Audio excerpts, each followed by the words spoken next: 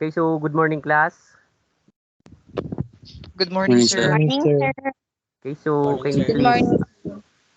Okay, good morning. So kindly please open your cameras so that I can see kung nandyan talaga kayo.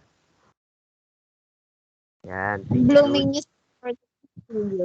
So, how's your day, class? Maganda bang gising? We're fine, sir. We're fine, sir. I'm fine, sir. Okay, so We're fine, sir. Very good, sir. before we start, Mr. Malikdem, kindly please lead the prayer. Okay, so let's feel the presence of the Lord. Good morning, each and everyone. So, Lord, gabay niyo po sana yung kaibigan namin sa demo na mangyayari. And give us strength lagi. Then, uh, lahat ng gagawin namin is para sa iyo lagi lamang. And in Jesus' name we pray. Amen. Amen. So, okay, thank you, Mr. Malikdem. So, before we start our class for today, I have some reminders for you. So, number one, be on time, of course. If our class starts on 9 a.m., so on or before 9 a.m., dapat nasa meeting na kayo. So, second, wear appropriate clothes. So, anything can do naman. And the third, keep your microphone on mute. So um when you are not allowed to talk, please mute your microphone. So when you are called to recite, of course, unmute your microphone. So fourth one, be responsible for using the chat box. So when using the chat box, please use it only in class related matters only. If you have questions like that. So last is be fully present. So listen attentively on our discussion and do not use any other social medias like YouTube or Facebook. Baka may mga nag-Facebook yan while I am discussing here. So are we clear with the reminders, class? Yes, Yes, Yes, sir. sir. sir. Okay, so thank you. So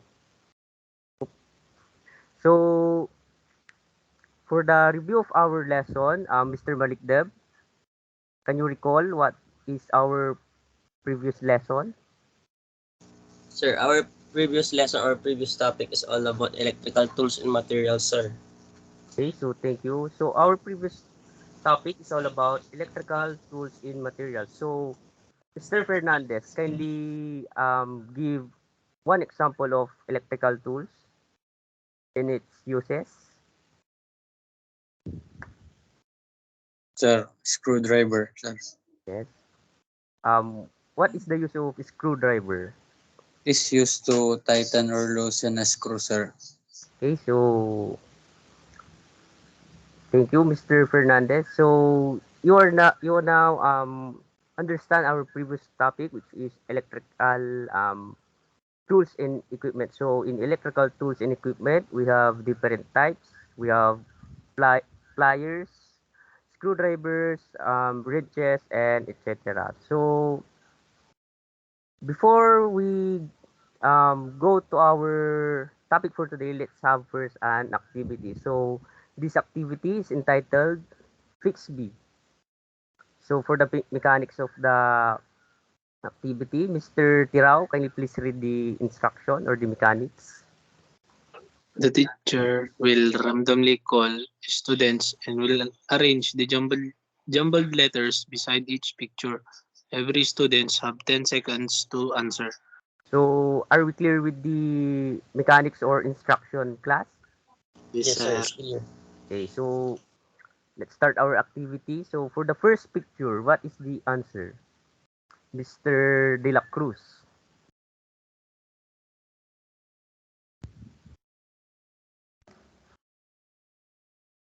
Prevention, sir. Okay, thank you. So it is prevention. Next answer, Miss Apales.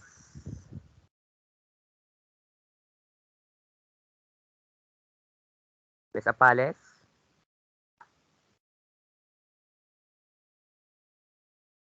Okay, so Mr. Tirao, Maintenance, sir.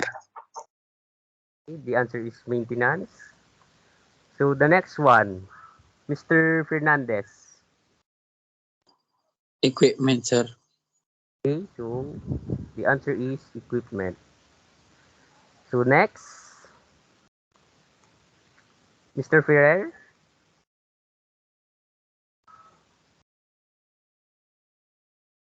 Okay, may na yata connections nila. So, Mr. Malikdem.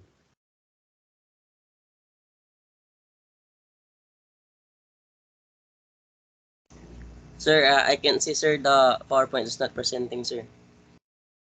Not presenting. Okay, so Mr. De La Cruz. Cleaning clothes, sir. Yes, it is cleaning cloth. Next one, Mr. Tirao again. Lubricating oil. Okay, so it is lubricating oil. So last one, Mr. Fernandez.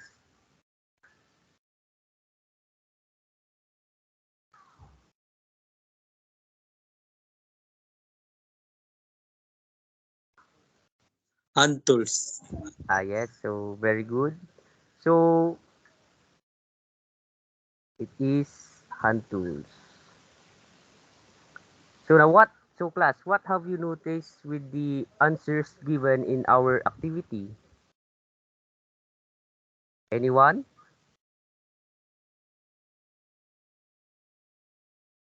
Yes, Mr. Malikdem. Sir, I think it's all about or related to an electrical topic, sir. Yes, so medyo nadali mo lang ng kaunti. So our the answers given are related to our topic for today, which is tips to clean and lubricate electrical tools and equipment. So before we go deeper to our topic, let us define first what is maintenance. So maintenance is the work of keeping your tools or equipment in good condition. So maintenance is to keep your tools or equipment in good condition. It's like cleaning your tools after you use it and storing your tools properly. So next is preventive maintenance. So when we say preventive maintenance, it is the regular or and routine maintenance, or in the simple it is systematic way of protecting or taking care of tools and equipment in order to keep them running in good condition and prevent any costly unplanned downtime from unexpected equipment failure. So are we clear with that, class? Yes, sir. Okay. Yes, Yes, sir. sir. Yes, sir. For the first tips how to clean our hand tools or equipment in electrical. So we have number one, cleaning of hand tools.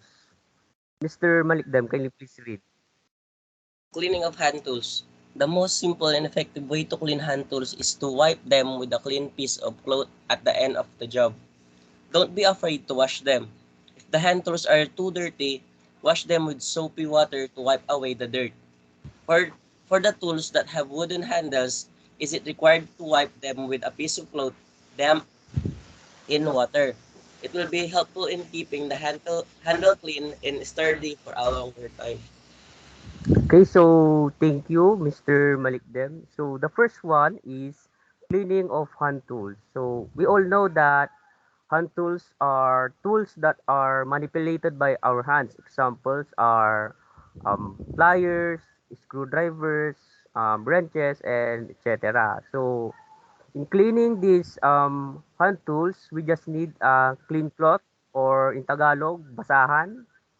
Use clothes like that and just simply wipe them up. So But if the hand tools are too dirty, you can wash them with water and soap, but make sure to wipe them with a dry cloth to avoid rust and corrosion on the tools. So in the hand tools that have a wooden handle like hammer, simply just wipe them with a wet cloth, and you can also wash it um with a soap. So are we clear with that, class? Yes, Yes, sir. sir. So Yes, thank you. sir. So the second one, cleaning of power tools or equipment. So Mr. Tirao, can you please read? When it comes to power tools, cleaning and maintenance can be tricky tasks. Before cleaning the power tools, make sure that these are switched off and unplugged. Wipe all the dust off with a cloth piece or a brush. Use machine oil to lubricate the moving parts of the tools to keep them in good working condition. Okay, so thank you, Mr. Tirao. So in the cleaning of power tools or equipment, so when we say equipment, it is electrically operated equipments like grinders and electric drill or yung barena sa Tagalog. So the cleaning of power tools or equipment is different from cleaning of hand tools. So in cleaning power tools or equipment, first you have to make sure that the power tool that you are um, going to clean is unplugged and switch off for your safety. Remember that never clean the equipment or power tool when plugged in because it might cause electric shock or pwede kayong mag-ground or kuryente. Then, second, always use dry rugs and never use a wet rug or wet cloth because it is electrically operated. So when cleaning and um, maintaining power tools, just simply wipe the dusty part of the equipment using dry rugs and lubricate the moving parts with a lubricating oil or machine oil to also avoid rust and corrosion. So later on we will be discussing the different types of lubricants. So are you with me, class? Yes, sir. Yes, sir. Okay, so thank you. So next is keep the toolbox clean. So along with the keeping the tools clean, it is also important to take care of your toolbox and to clean regularly and empty the toolbox and wipe it off with a clean cloth. So keep the toolbox, clean. So of course when your tools and equipment are clean, of course you must clean also the toolbox because this is where you keep your tools and equipment. So in the toolbox, dito natin ini-store yung mga tools and equipment natin. So if your toolbox is full of dirt like dust like that, just simply before cleaning, just simply empty the toolbox and wash it with a cleaning cloth, um, soap and water. Then after that, dry off the box so that the tools that you are going to put in it won't or will not get um, rusty. So next, storing tools safely. Mr. Fernandez, can you please read? Storing tools safely. If you don't store tools properly, there is no use of cleaning them. For a big collection of tools, a metal cabinet could be a good option. After using these tools, store them in a sorted and organized manner. This way would not only help you to access them quickly, but also keep them safe. Electronic tools should not rub against each other when stored. Keep all the tools in the dry area and protect them from moisture, dust, and direct sunlight. To prevent injuries, keep the sharpened tool in a tool holder. Okay, so thank you, Mr. Fernandez. So after you use and clean the tools and equipment, excuse me. So you must keep them organized and properly sorted in a toolbox or in a cabinet if the toolbox are not enough to store all your tools. So you can also use cabinet. So this will help you to access them easily. So when we say organized and sorted, put all together the hand tools according to their uses. So for example, put all the wrenches in one place, and do the same with the screwdrivers, pliers, and hammers. So and the all the sharpened tools like electrician's knife, cutting blade, must keep in a tool holder to avoid injuries. So in equipment or power tools, it must store in a dry area. So never put the power tools in a wet surface to avoid electric shock when being used. So are we clear with that, class? Yes, sir. Yes, sir. So thank you. So Yes, sir. next we will be discussing the types and uses of lubricants. So the first type of lubricant is the anti-rust lubricant spray. So as you can see in the example picture, the brand name is WD-40. So they often use this to remove rust in moving or in a mechanical parts of equipment.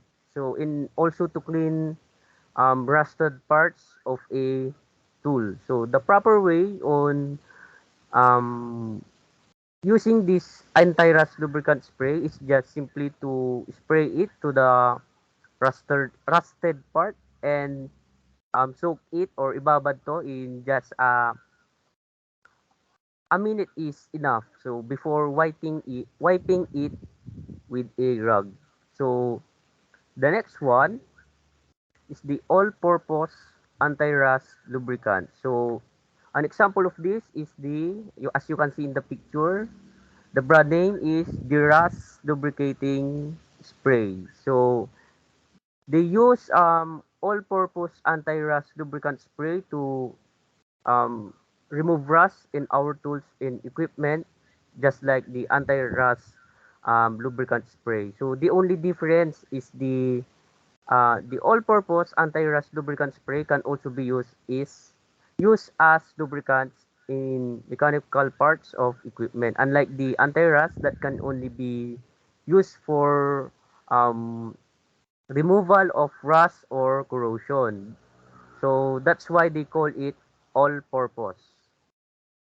So andun na sa pangalan, they can use it as lubricants and rust removal. So next, lubricating oil.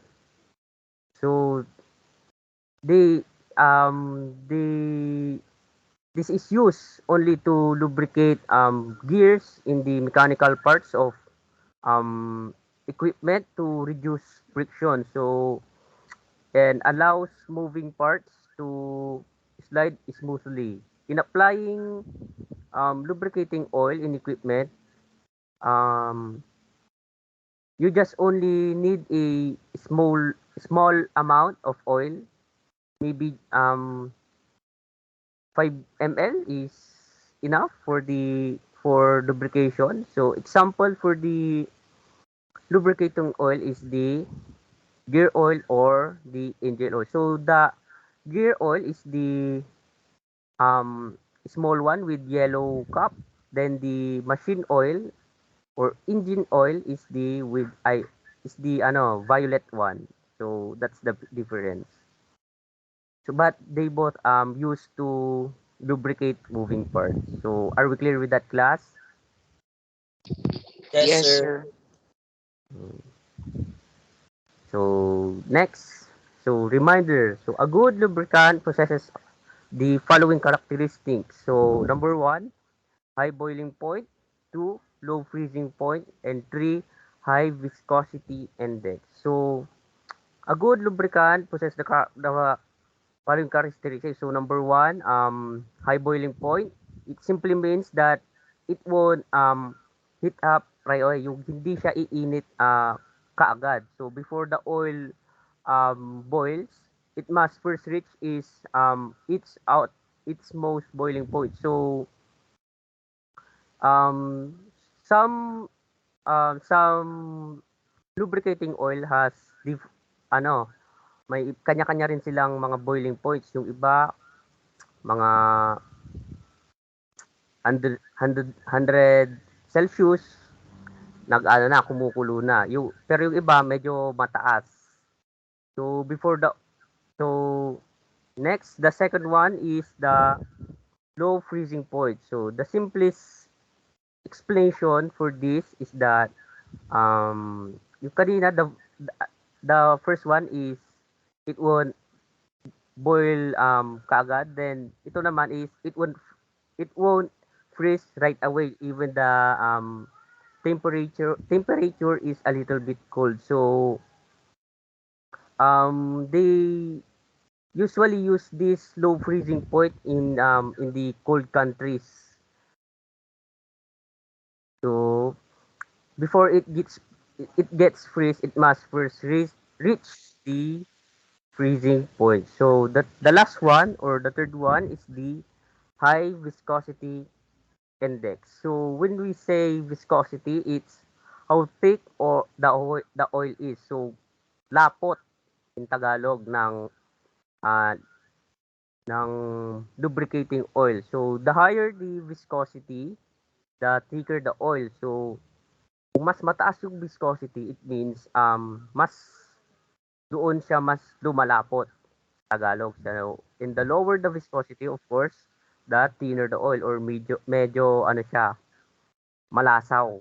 So, when we use high viscosity, the better the output because it reduces the slip in gears when turning. So, are we clear with that, class? Yes, sir. Okay, Yes, so Yes, sir. Yes, thank sir. sir. you. Next Yes. will be the types and kinds of cleaning solvents. So, but first, let us define what solvent is. So, Mr. Malikdem, can you please read? Solvent. It is a component of a solution that dissolves.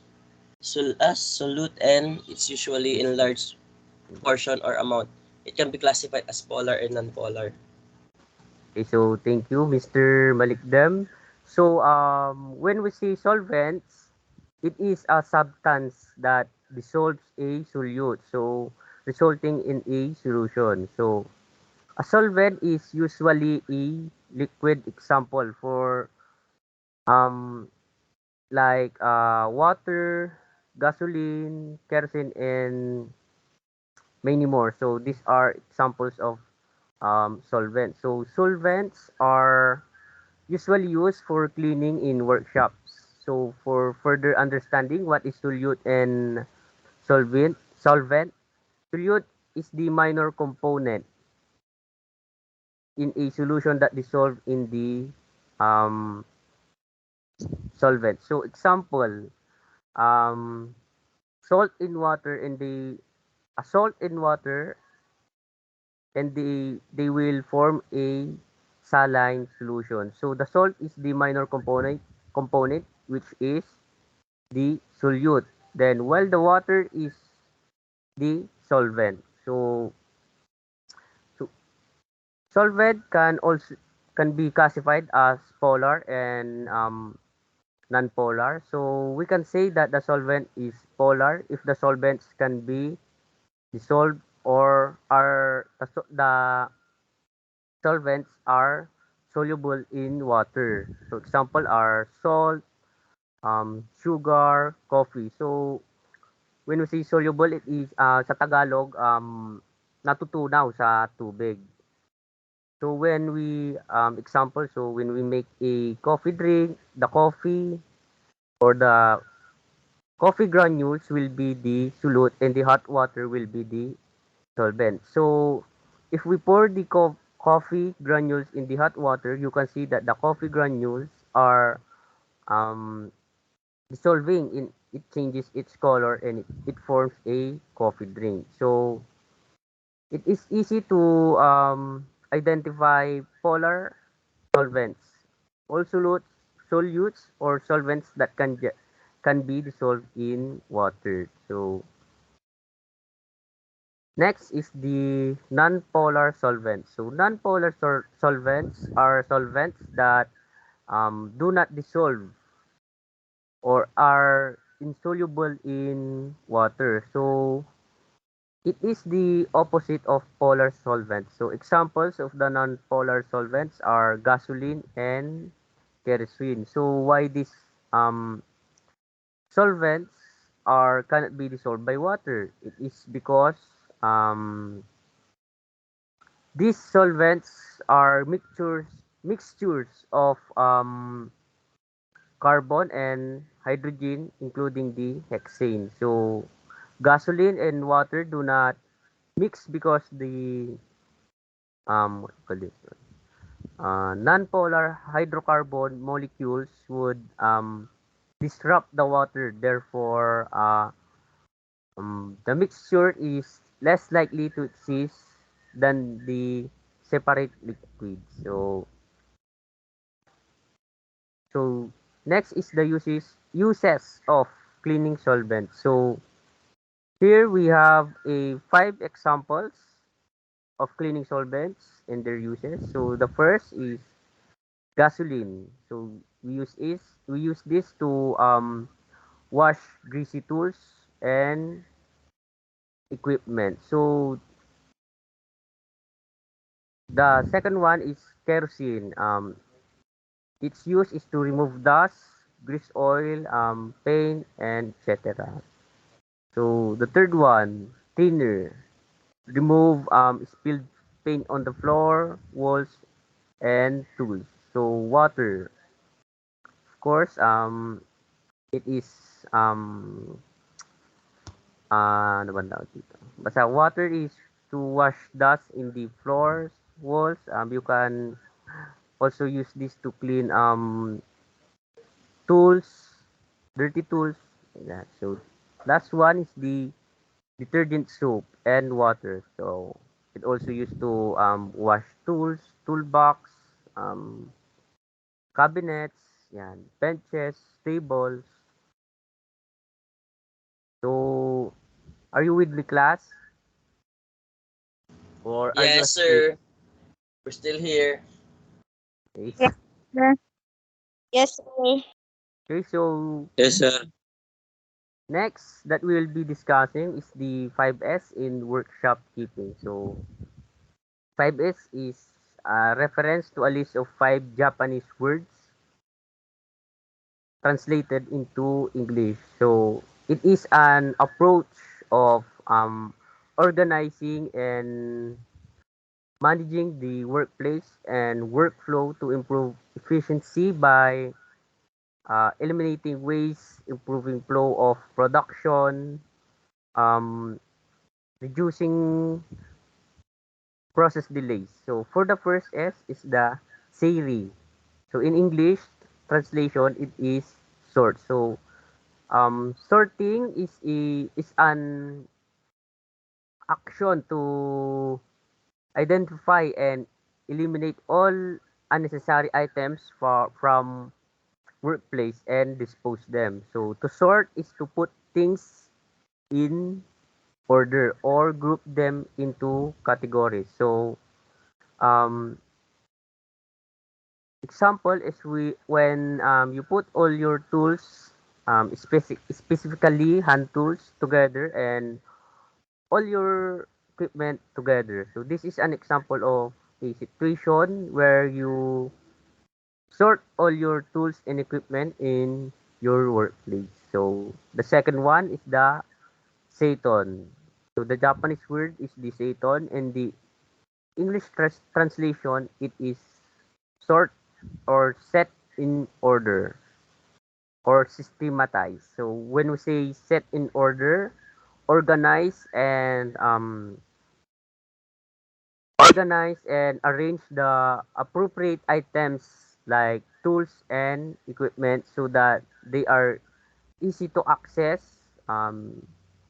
use and return to their proper place. So the third one is the say so, or in English translation is sweep. So sweep is the routine on cleaning and inspecting the workplace, tools and equipment. So it is also means to um, make everything clean in the workplace. Tapos um, make everything clean also the tools and equipment. So the fourth one is the seiketsu, or in English translation is standardize or sanitize. So standardize meaning a condition of maintaining high standard of cleaning and workshop organization at all times. So for the simplest meaning, standardizing procedure will ensure the first three phases, which is the series, Seiton, and Seisu, or sort, set, and order sweep, are maintained and fast in the facility doesn't go back to the way it was before.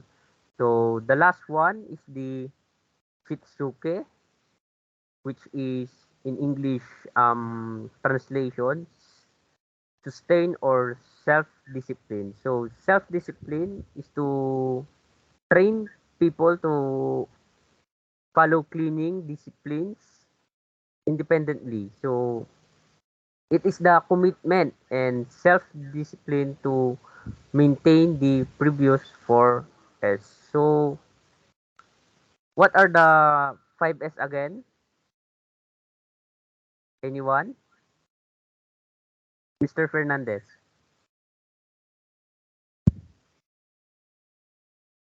Can you repeat the question, sir? What are the 5S approaches in workshop keeping? The Sir, 5S. Siri, Seiton, Shiso, Shiketsu, and Shitsuki, sir.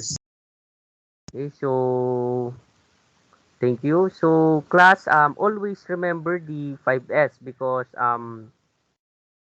it is designed to decrease waste while optimizing productivity through maintaining an orderly workplace. So are we clear with that class? Yes, Yes, sir. sir. Yes, sir. Okay, so for, we will be having a activity. So Mr. Malikdam, can you please read the instruction? For the activity, the teacher will present some pictures of cleaning materials in or lubricants and will randomly call a student. The chosen student will explain the use of the cleaning materials in or lubricant that is being shown in the picture. Okay, so are we clear with the instruction class? Yes, sir. Okay, Yes, so sir. for the first picture, it is lubricating oil. So Mr. De La Cruz, what is the use of lubricating oil?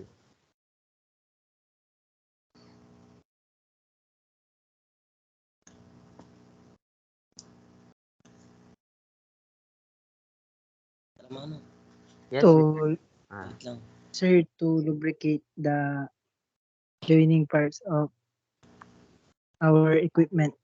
okay, so thank you, Mr. De La Cruz. So we use lubricating oil, of course, to lubricate the moving parts of our equipment to um to avoid rust and corrosions on those parts. So, next one. Yes, Mr. Malikdam. So it is anti-rust lubricant spray. So what is the use of the anti-rust lubricant spray? Sir, it is used for rusted tools, sir, just like wrench. It's used for maintaining other tools, sir, just like screwdriver, which is made of metal, sir.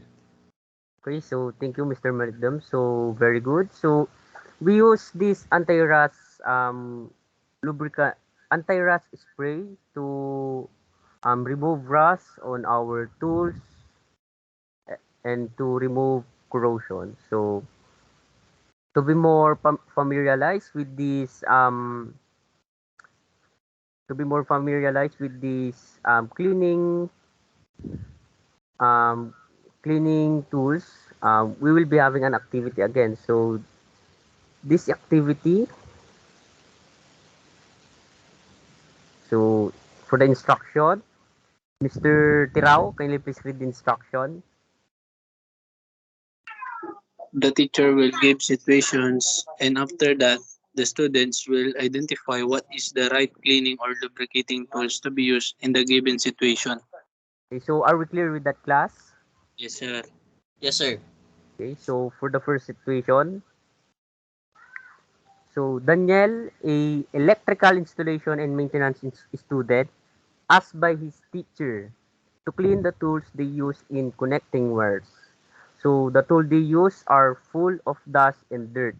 What cleaning tools should Daniel use? So um, Daniel is asked to um,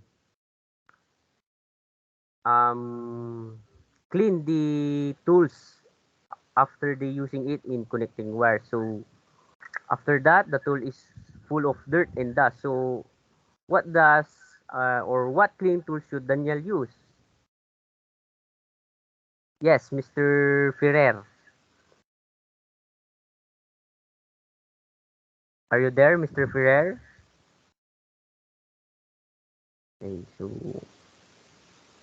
maybe you have a bad connection. So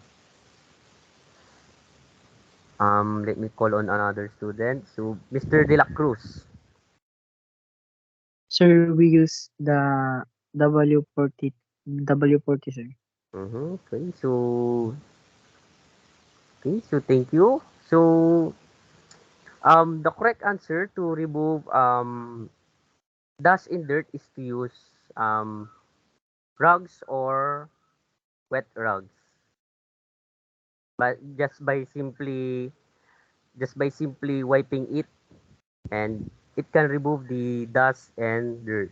So the second situation, can you please read um Mr. Malikdam?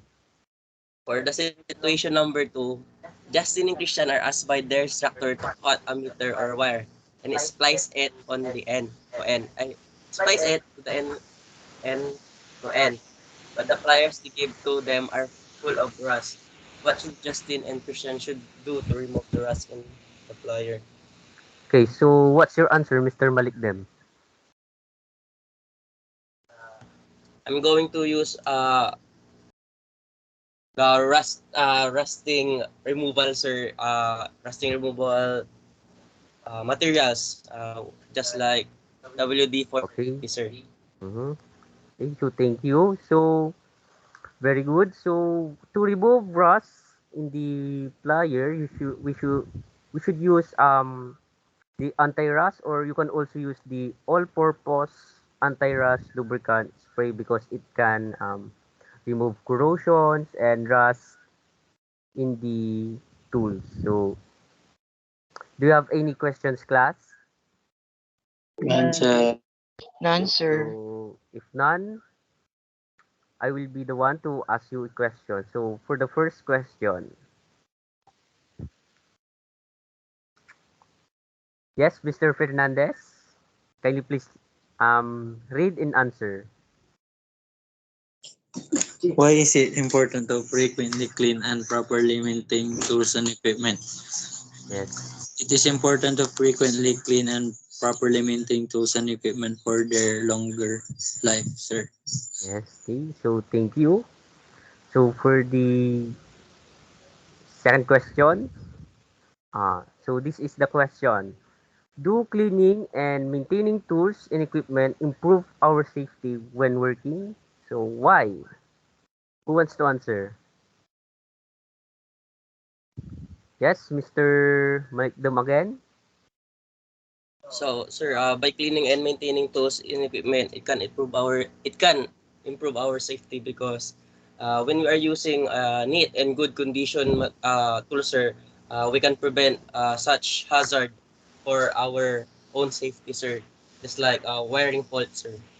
Okay, so thank you for your answers. So very good. Um, Now, you understand our topic, which is the tips on cleaning and lubricating tools, electrical tools, and equipment. So now we will be having a quiz. So your quiz will be uploaded through Google Forms, and it will appear at exactly um, 10:45 a.m. So get ready, class. Okay, so your quiz is already uploaded. Read the instructions carefully and answer it with your course own knowledge. Okay, so are you done, class? Yes, sir. Okay, Yes, Yes, so sir. sir. thank you. So for your assignment, so search the following. So this will be passed on our next meeting. So are you done? Are you done to screenshot our assignment for the next meeting? Yes, sir. Yes, Yes, sir. It's sir. already done, sir. Okay, so before you may leave, I will download first your attendance for today. Okay, thank you. So, thank you for listening, class. So, you may now leave the meeting. Goodbye, sir. Thank you, Goodbye. Thank you, sir. sir. Thank you, Bye, sir. sir.